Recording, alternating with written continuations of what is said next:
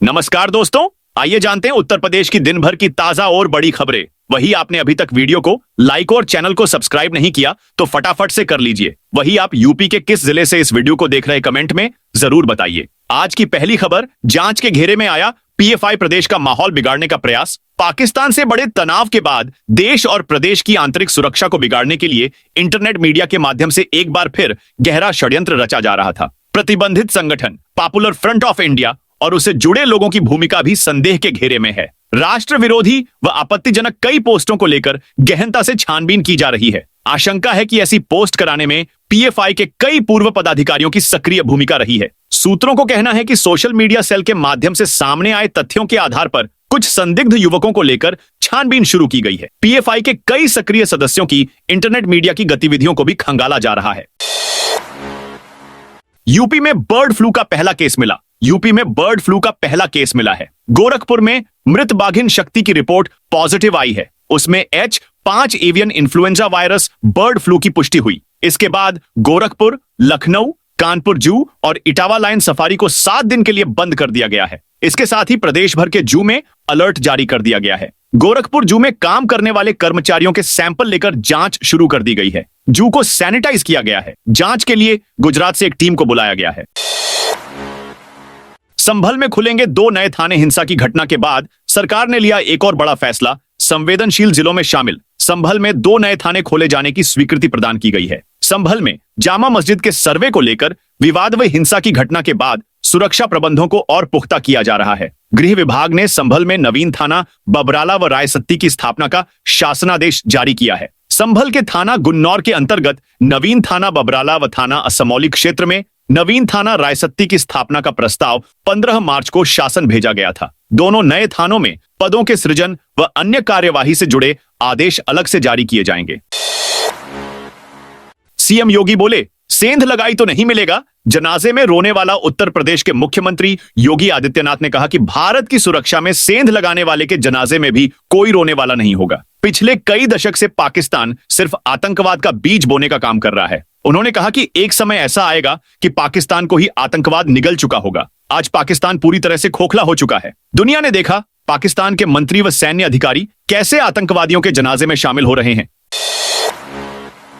उत्तर प्रदेश में अब हर सप्ताह मिलेगी राशन राहत किट। उत्तर प्रदेश सरकार बाढ़ से निपटने की तैयारी कर रही है। प्रभावित क्षेत्रों में लोगों को सुरक्षित स्थानों पर पहुंचाया जाएगा, जहां भोजन, नाश्ता और पानी की व्यवस्था होगी। बाढ़ पीड़ितों को राहत किट मिलेगी, जिसमें आवश्यक सामग्री होगी। जिलों में राशन का भंडारण किया जाएगा और पशुओं का टीकाकरण होगा। मुख्य सचिव ने जिलाधिकारियों को निर्देश जारी किए हैं। लखनऊ में 11 बड़े बंगलों पर बुलडोजर चलेगा। लखनऊ के गोमती नगर विस्तार इलाके के सेक्टर 7 स्थित एमआर कॉलोनी में बने 11 बड़े बंगलों पर अब कार्रवाई तय है। कमिश्नर रोशन जैकब ने 11 बंगलों को अवैध मानते हुए इन्हें गिराने का आदेश जारी कर दिया है। साथ ही इन निर्माणों को बचाने के लिए दायर की गई सभी अपीलों को खारिज कर दिया है। लखनऊ विकास प्राधिकरण को इन पर जल्दी कार्रवाई करने के निर्देश दिए गए हैं।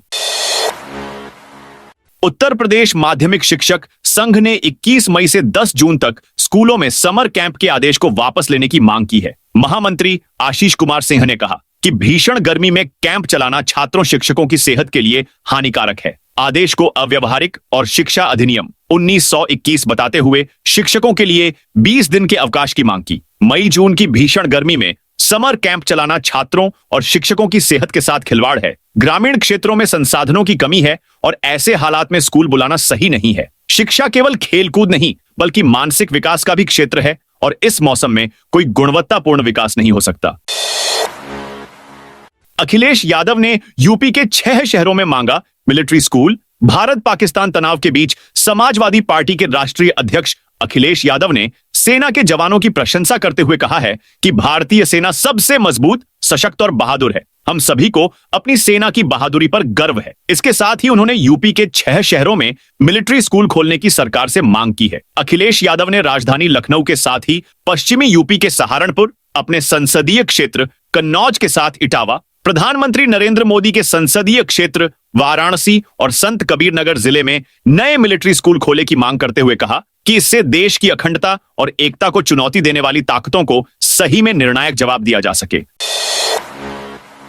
जामा मस्जिद से अवैध कब्जे हटवाने के आदेश भ्रष्टाचार विरोधी सेना के राष्ट्रीय अध्यक्ष पंडित केशव देव गौतम ने आरोप लगाया है कि जामा मस्जिद में करीब 50 से 60 लोगों ने दंबगई से कब्जा कर रखा है। विद्युत विभाग की ओर से 45 कनेक्शन दिए गए हैं। विद्युत विभाग की ओर से सूची दी गई थी। इसकी आड़ में 60 से 70 लोगों ने कब्जा कर रखा है। उत्तर प्रदेश सुन्नी सेंट्रल वक्फ बोर्ड ने अलीगढ़ जिला प्रशासन को स्पष्ट आदेश कार्रवाई के लिए दिए हैं। प्रशासन को इसमें कार्रवाई करनी चाहिए। अवैध कब्जेदारों को हटाया जाना चाहिए।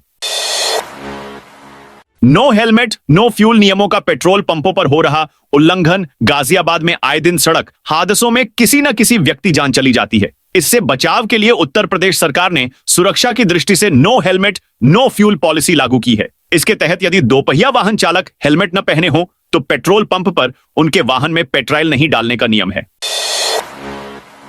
यूपी के रामपुर में 36 पाक नागरिकों के लॉन्ग टर्म वीजा रद्द। ऑपरेशन सिंदूर के तहत केंद्र सरकार ने भारत में लॉन्ग टर्म वीजा पर रह रहे पाकिस्तान नागरिकों के खिलाफ सख्ती शुरू कर दी है। इसी क्रम में रामपुर में रह रहे 36 पाकिस्तानी नागरिकों के एलटीवी रद्द कर दिए गए हैं। अब इन सभी को दोबारा केंद्रीय गृह मंत्रालय के पोर्टल पर आवेदन करना होगा। खुफिया सूत्रों के मुताबिक इन नागरिकों को सूचना फोन और नोटिस के माध्यम से दी जा रही है। रामपुर के कई परिवारों के पाकिस्तान से रिश्तेदाराना संबंध हैं। कुछ ने अपनी बेटियों की शादी पाकिस्तान में की है, जबकि कुछ पाकिस्तान से विवाह कर यहां अपनी पत्नियों को लाए हैं। ऐसे में कई पाकिस्तानी नागरिक वर्षों से रामपुर में लॉन्ग टर्म वीजा पर रह रहे थे।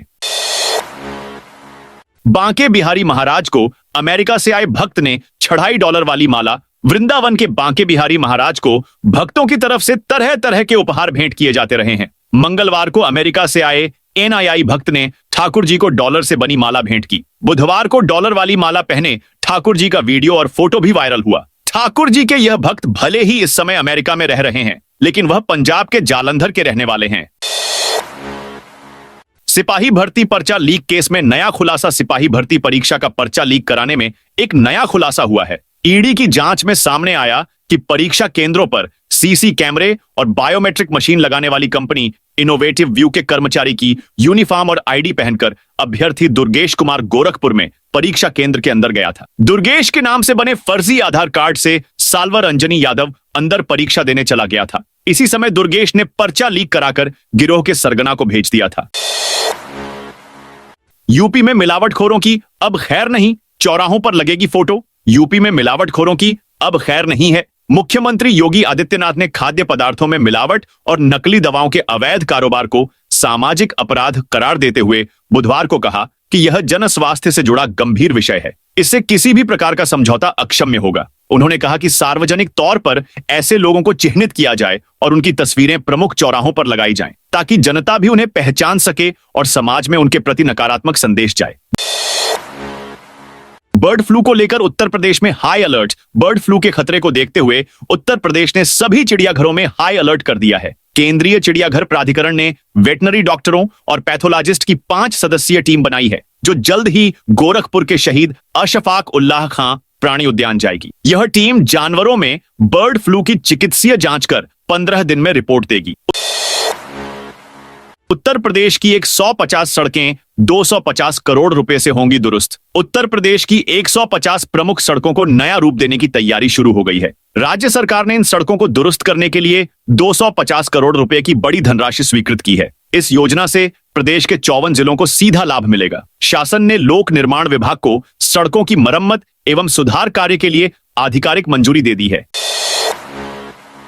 यूपी के 14 जिलों में बारिश बिजली गिरने का अलर्ट। बारिश और ओले के बाद यूपी में गर्मी फिर सताएगी। मौसम विभाग ने 14 जिलों में बारिश और बिजली गिरने का अलर्ट जारी किया है। इसके अलावा 19 जिलों में लू चलने का अलर्ट है। पिछले 24 घंटे की बात करें तो यूपी में बांदा 44.2 डिग्री सेल्सियस अधिकतम तापमान के साथ सबसे गर्म रहा। वहीं सबसे कम न्यूनतम पारा बाराबंकी में 24 डिग्री सेल्सियस रिकॉर्ड किया गया। वैज्ञानिक अतुल कुमार सिंह ने बताया कि पिछले 48 घंटों में तापमान बढ़ा है और अगले 4 से 5 दिनों में पारे में 2 से 4 डिग्री सेल्सियस की और बढ़ोतरी हो सकती है। प्रदेश के पूर्वी हिस्से में आज और कल उष्ण रात्रि की स्थिति रहेगी।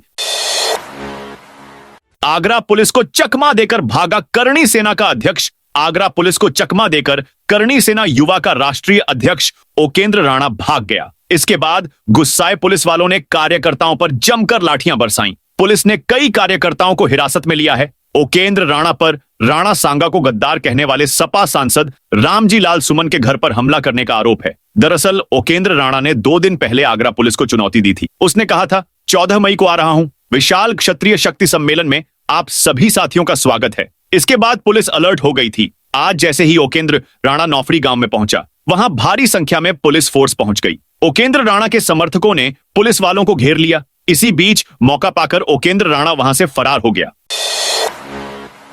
पूर्वांचल और बुंदेलखंड एक्सप्रेसवे पर बनेंगे ई-वे हब। उत्तर प्रदेश सरकार पूर्वांचल और बुंदेलखंड एक्सप्रेसवे पर नागरिकों की सुविधा के लिए ई-वे हब बनाएगी। इन ई-वे हब के निर्माण पर 425,40,343 रुपए खर्च होंगे। यूपीडा ने इसके लिए मास्टर प्लान तैयार कर लिया है। पूर्वांचल एक्सप्रेसवे पर 8 और बुंदेलखंड एक्सप्रेसवे पर 4 ई-वे हब बनाए जाएंगे। इन हब में एयरपोर्ट जैसी यात्री सुविधाएं होंगी, जिनमें शौचालय, नर्सिंग रूम और दिव्यांगों के लिए अलग यूनिट्स शामिल हैं।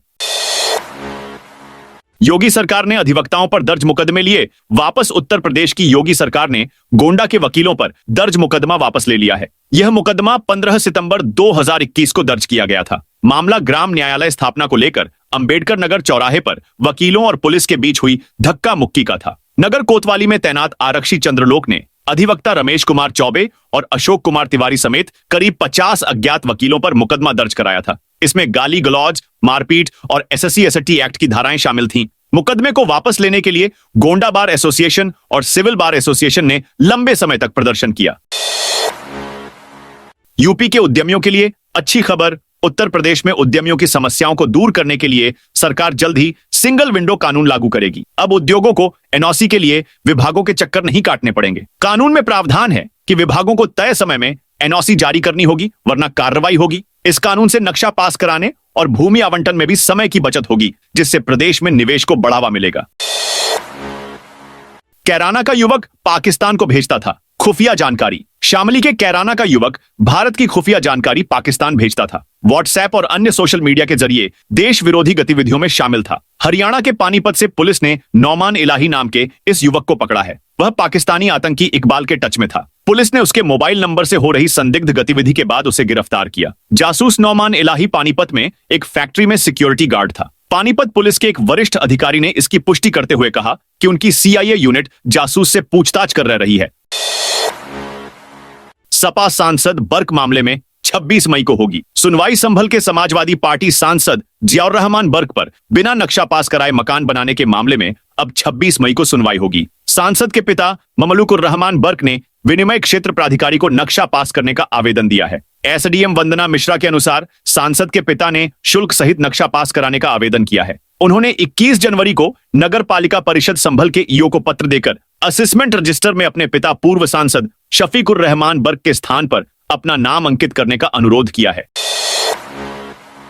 वाराणसी की दाल मंडी में 189 घर तोड़ने पर रोक लगी। इलाहाबाद हाईकोर्ट ने वाराणसी में दाल मंडी सड़क चौड़ीकरण की जद में आ रहे मकानों की यथास्थिति कायम रखने का आदेश दिया है। साथ ही राज्य सरकार और जिला प्रशासन से 1 सप्ताह में जवाब मांगा है। यह आदेश जस्टिस MK गुप्ता और जस्टिस अनीश कुमार गुप्ता की खंडपीठ ने शाहनवाज खान बनाम यूपी स्टेट केस की सुनवाई करते हुए दिया। दाल मंडी गली के चौड़ीकरण के सरकार के प्रस्ताव में कुल 189 मकान जद में आ रहे हैं, जिनमें 1400 से 1500 दुकानें हैं। इस चौड़ीकरण का विरोध कर रहे व्यापारियों को इस रोक से काफी राहत मिलने के आसार हैं।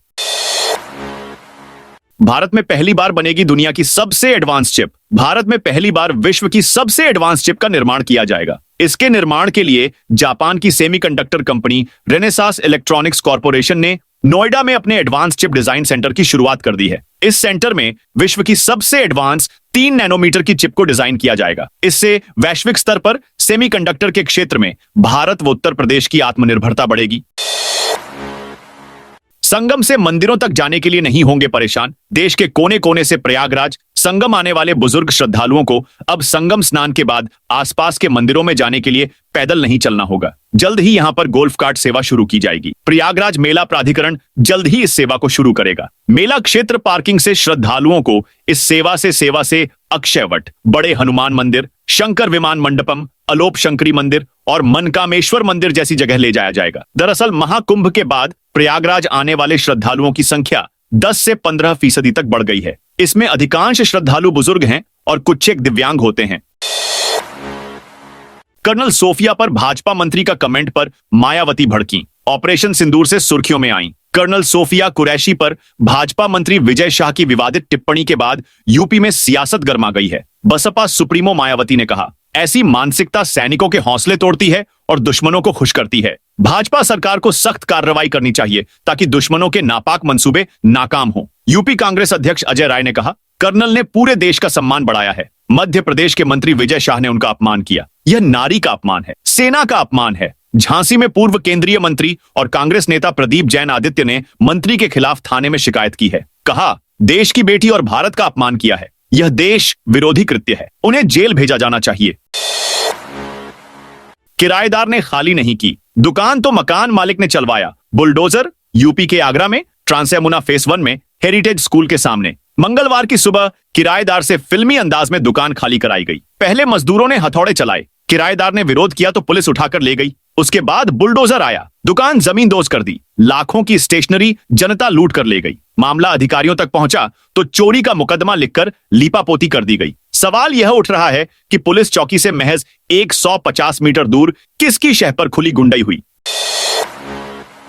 झांसी में शादी में जा रही महिला से गहने लूटे। झांसी में बाइक सवार 3 बदमाशों ने एक महिला के गहने लूट लिए। वो बेटे और भतीजी के साथ मायके में शादी में जा रही थी। पीछा कर रहे बदमाशों ने उनकी बाइक के आगे अपनी अपाचे बाइक लगा दी, फिर चाबी निकालकर तमंचा अड़ा दिया और मारपीट की। इसके बाद लूटपाट की। जब महिला ने झुमकी नहीं उतारी तो झपट्टा मारकर छीन लिया। इससे महिला के दोनों कान फट गए। मंगलसूत्र, हार और कैश भी लूटा और बाइक से भाग गए। यह घटना उल्दन थाना क्षेत्र के सिजारा गांव के पास हुई है। पुलिस बदमाशों की तलाश में जुटी है।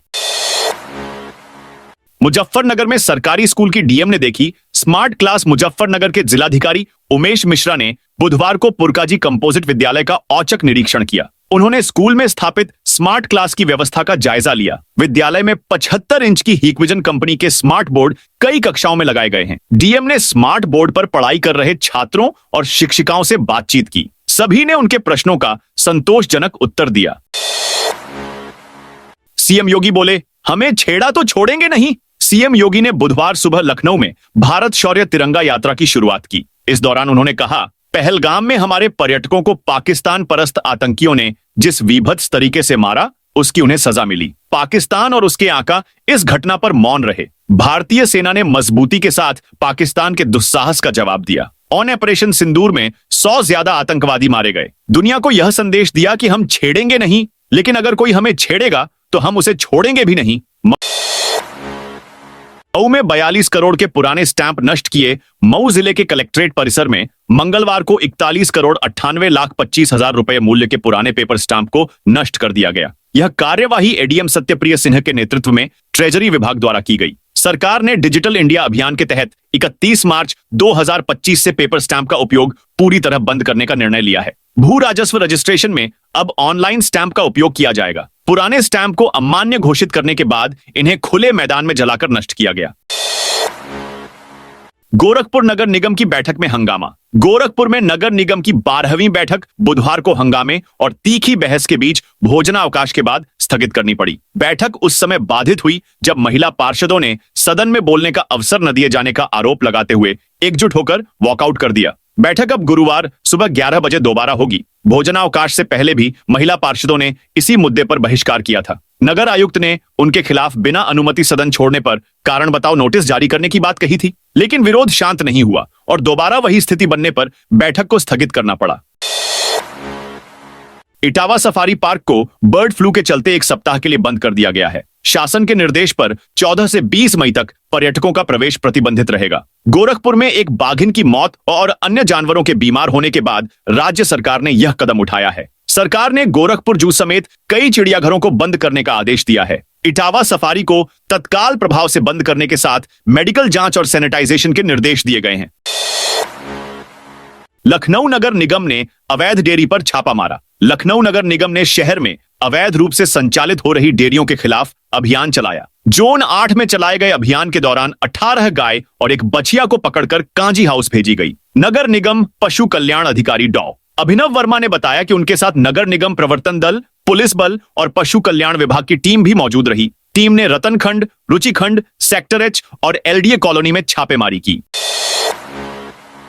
लखनऊ के सौंदर्यीकरण पर एलडीए खर्च करेगा 200 करोड़। लखनऊ विकास प्राधिकरण लगभग 200 करोड़ रुपए की लागत से विकास कार्य कराएगा। यह निर्णय हाल ही में हुई अवस्थापना निधि की बैठक में लिया गया, जिसकी अध्यक्षता मंडलायुक्त रोशन जैकब ने की। एलडीए उपाध्यक्ष प्रथमेश कुमार ने बताया कि इन कार्यों में सबसे बड़ी परियोजना ग्रीन कॉरिडोर निर्माण की है, जिस पर लगभग 90 करोड़ रुपए खर्च किए जाएंगे। इसमें पिपरा घाट से शहीद पथ के बीच बंधे के निर्माण, इकाना स्टेडियम की ओर नए बंधे, आरओबी, वीआईपी स्पर, भूमिगत विद्युत लाइनें, यूटिलिटी शिफ्टिंग और साइनेज जैसे काम शामिल हैं। एटीएम कार्ड बदलकर ठगी करने वाला गिरोह पकड़ा। सहारनपुर के थाना सदर बाजार पुलिस ने एटीएम कार्ड बदलकर लोगों के खातों से रुपए निकालने वाले ठग गिरोह के 3 सदस्यों को गिरफ्तार किया है। आरोपियों के पास से 3 एटीएम कार्ड, 12,000 रुपए नकद व एक बाइक बरामद की गई है। यह गिरोह लोगों की मदद करने का झांसा देकर उनके साथ ठगी करता था। पुलिस लाइन सभागार में एसपी सिटी व्योम बिंदल ने बताया कि 17 जनवरी को कोरी माजरा निवासी सागर के साथ ठगी की गई थी। मनरेगा में फर्जी जॉब कार्ड से लाखों रुपए का भुगतान हो गया। संभल जिले के पवांसा ब्लॉक के गांव अतरासी में मनरेगा योजना में बड़ा फर्जीवाड़ा सामने आया है। पहजोई स्थित जिला मुख्यालय से 8 किलोमीटर दूर हाईवे पर स्थित इस गांव की ग्राम प्रधान सुनीता यादव पर गंभीर आरोप लगे हैं। ग्राम प्रधान ने अपने कार्यकाल में कई तरह की अनियमितताएं की हैं। उन्होंने 1 दर्जन से ज्यादा मृतक लोगों के नाम से जॉब कार्ड बनवाकर धनराशि निकाल ली। कई मजदूरों की जातियां बदलकर उनके नाम से भी पैसे निकाले गए। कुछ ऐसे लोगों के नाम से भी रकम निकाली गई जो गांव के निवासी ही नहीं है। गोरखपुर में बाढ़ की तैयारी शुरू। गोरखपुर जिला प्रशासन ने बाढ़ से निपटने की तैयारियां शुरू कर दी हैं। एनेक्सी सभागार में हुई समीक्षा बैठक में एडीएम विनीत कुमार सिंह और एसपी जितेंद्र कुमार ने अधिकारियों को 15 जून तक सभी बाढ़रोधी कार्य पूरे करने के निर्देश दिए। प्रशासन ने नाव और नाविकों के सत्यापन का आदेश दिया है। केवल बड़ी और मझौली नावों का उपयोग किया जाएगा। प्रत्येक नाव पर सेफ्टी किट अनिवार्य होगी। नाविकों को 466 रुपए 22 पैसे प्रतिदिन मानदेय मिलेगा। राहत सामग्री, नाव, मोटर बोट और पशु चारा से जुड़े टेंडर 30 ई तक पूरे करने होंगे। शहरी और ग्रामीण क्षेत्रों में सभी नालों की सफाई मानसून से पहले होगी। राहत कैंपों में 3 समय का गर्म भोजन और हर 25 लोगों पर एक शौचालय की व्यवस्था की जाएगी। अब 16 कोच की होगी खजुराहो वंदे भारत। झांसी मंडल के खजुराहो से चलने वाली वंदे भारत एक्सप्रेस ट्रेन अब 16 कोच के साथ चलेगी। इसको लेकर रेलवे ने आदेश जारी कर दिए हैं। 16 मई से इस ट्रेन में एक ट्रेन और जोड़ दी जाएगी। इसके बाद ट्रेन की क्षमता दोगुनी हो जाएगी। बता दें कि 12 मई से खजुराहो हजरत निजामुद्दीन वंदे भारत एक्सप्रेस का ठहराव दतिया स्टेशन पर 2 मिनट के लिए किया गया है। ऐसे में ट्रेन 12 मई से खजुराहो हजरत निजामुद्दीन वंदे भारत एक्सप्रेस का ठहराव दतिया स्टेशन पर 2 मिनट के लिए किया गया है। मेन यात्रियों की संख्या में भी इजाफा होने की उम्मीद है। इसी को ध्यान में रखते हुए रेलवे ने अब इस ट्रेन को डबल करने का निर्णय लिया है। अभी तक ये ट्रेन 8 कोच की थी, लेकिन अब 16 मई से इसे 16 कोच का किया जाएगा। ऐसे में इसमें यात्रियों को दोगुनी सीट उपलब्ध होंगी। लखनऊ डीएम ने टेढ़ी पुलिया अर्जुनगंज चौराहे पर छापा मारा। लखनऊ डीएम विशाख जी अय्यर बुधवार को भिक्षावृत्ति के खिलाफ एक्शन में दिखे। डीएम ने टेढ़ी पुलिया और अर्जुनगंज चौराहे पर छापेमारी की, जबकि अन्य चौराहों पर 19 विशेष टीमों ने एक साथ छापा मारा। इस दौरान करीब 36 लोगों को रेस्क्यू किया गया, जिनमें 34 महिलाएं और बच्चे शामिल हैं। गुडम्बा और सुशांत गोल्फ सिटी थाने में भिखारी गैंग मेंबर के खिलाफ मुकदमे दर्ज किए गए हैं। डीएम को अर्जुनगंज चौराहे पर निरीक्षण के दौरान एक महिला अपने बच्चे के साथ भिक्षावृत्ति करते मिली। पूछताछ में उसने बताया कि एक व्यक्ति रोज 5 से 6 महिलाओं को भीख मंगवाने भेजता है, शाम को वापस ले जाता है। डीएम ने तुरंत उस व्यक्ति के खिलाफ एफआईआर दर्ज कराने के निर्देश दिए। दोस्तों, यह थी उत्तर प्रदेश की दिन भर की ताजा और बड़ी खबरें। जय हिंद, जय भारत,